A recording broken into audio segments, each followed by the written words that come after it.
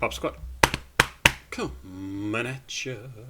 We're gonna listen to some Fat Boys. Going back to 1984. This is the Fat Boys with Human Beatbox. Before we get to it, I want to remind people, if you are a fan of modern day rap and hip hop, probably rap, Babytron is coming to Seattle July 6th. 7 o'clock showtime. Tickets are $27 to $30. It's an all ages show, but obviously you have to be 21 or over to drink. Let's get back to Fat Boys. Yeah, come see Babytron. He just does some cool stuff. So Human Beatbox. I know I have heard this song, and this would have come out back in the day when beatboxing was relatively new. It's 1984 is still that's a few years after beatboxing had been a thing. In theory, started by who was the first beatboxer? First official beatboxer. Darren Duffy Robinson, 1980s. Let's see. The first of three kings of 1980s beatbox was Darren Puffy Robinson, a member of the hip-hop crew the Fat Boys. Oh, what? Buffy championed the iconic bass heavy. Hold on a minute here. Really? I didn't think he was one of the very first ones. Buffy champions the electronic bass heavy breathing technique, and due to the popularity of the Fat Boys, was for many people their first exposure to beatboxing. So that absolutely makes sense. Dougie Fresh, that's who I was thinking of. Dougie Fresh was another of the three kings of 1980s beatboxing. The hit single Lottie Dottie, such a good song, was voiced by MC Ricky D and backed for the entire duration on the song by Dougie Fresh's beatboxing.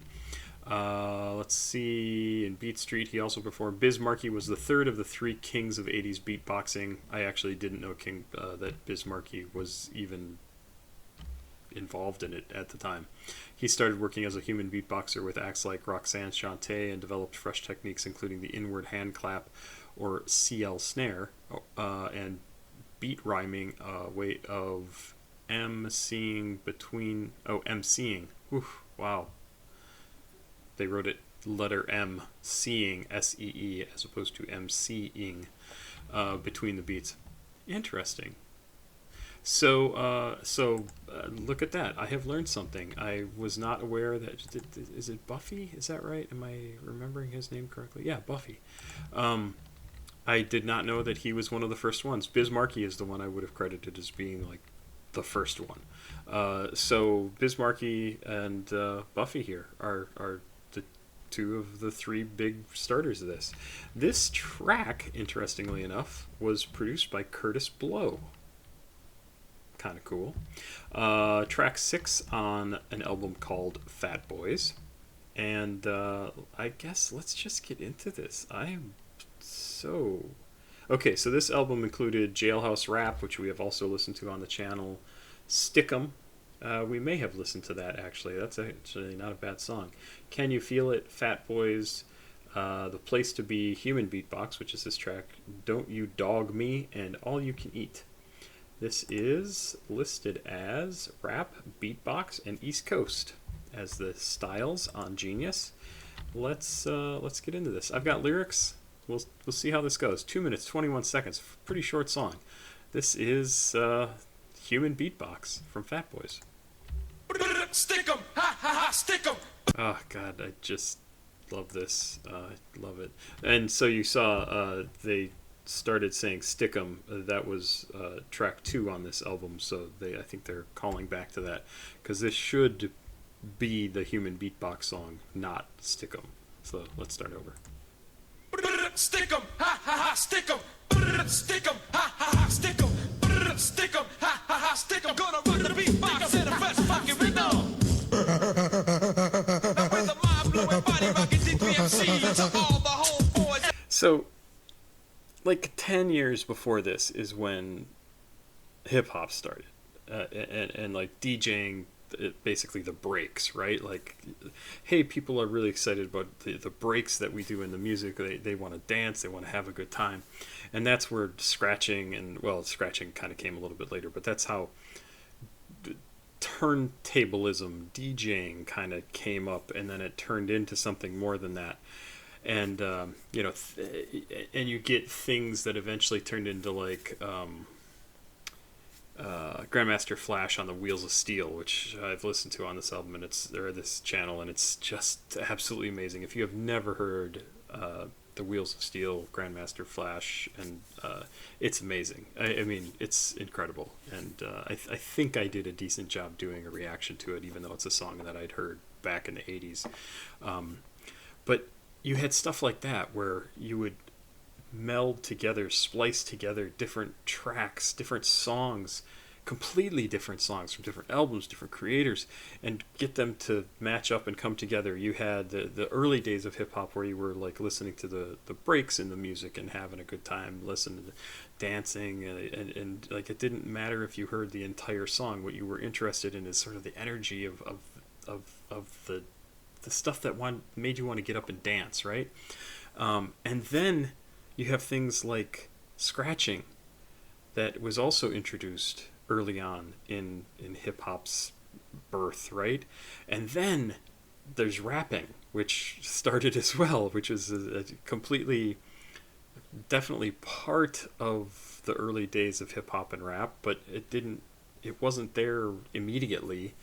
That came at least a little bit later.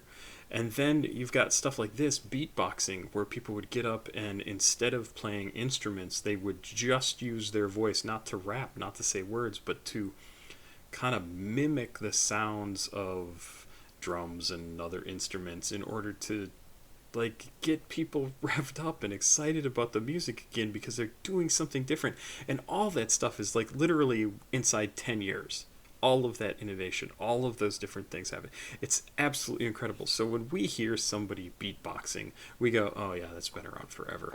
But at the time, this was like literally, this song could have exposed millions of people to the idea of even doing this. And I know, I mean, I was one of these people. I heard it and I was like, that is so cool. That must be so embarrassing to get up and do and not do well. Because I have always been fascinated by beatboxing. I think it is so cool. It is so interesting, and this song is one of the reasons why. I heard this song back in the day. I know I heard other songs back in the day. I didn't hear a song like Lottie Dottie back in the day. In fact, even when I first heard Snoop Dogg say Lottie Dottie on his song Lottie Dottie, spelled differently, I didn't know it had a history. Like, I didn't know where that came from or what it was, or that he was even throwing back to something else. I didn't hear Lottie Dottie and recognize the place that it held in hip-hop history until probably the last few years, which is kind of ridiculous. But anyway, I'm talking a lot, but it's just because beatboxing was so cool when I first heard it.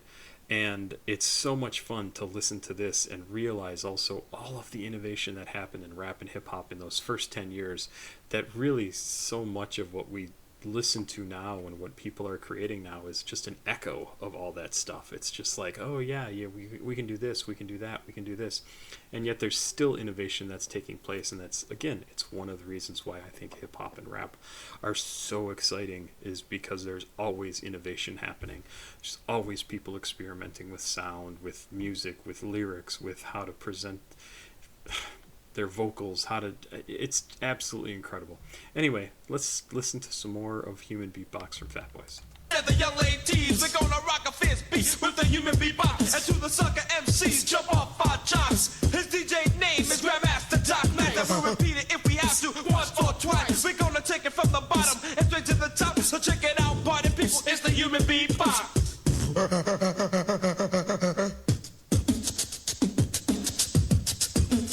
So good.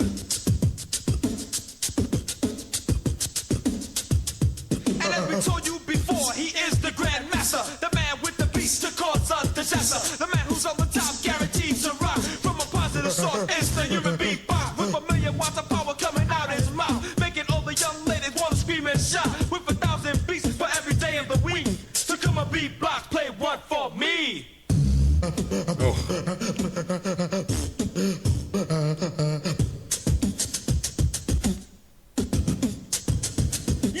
action is great. The beats are clear. The people are drawn from far and near. We're fierce, fresh, kicking it live. And we'll pump at the party from 9 to 5. So if you want a sound that'll fit you to a T, listen to the sounds of the Disco 3.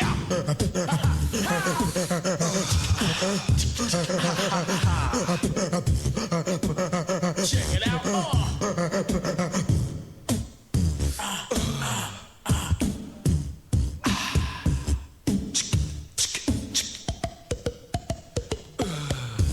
Nice. Oh, baby. East.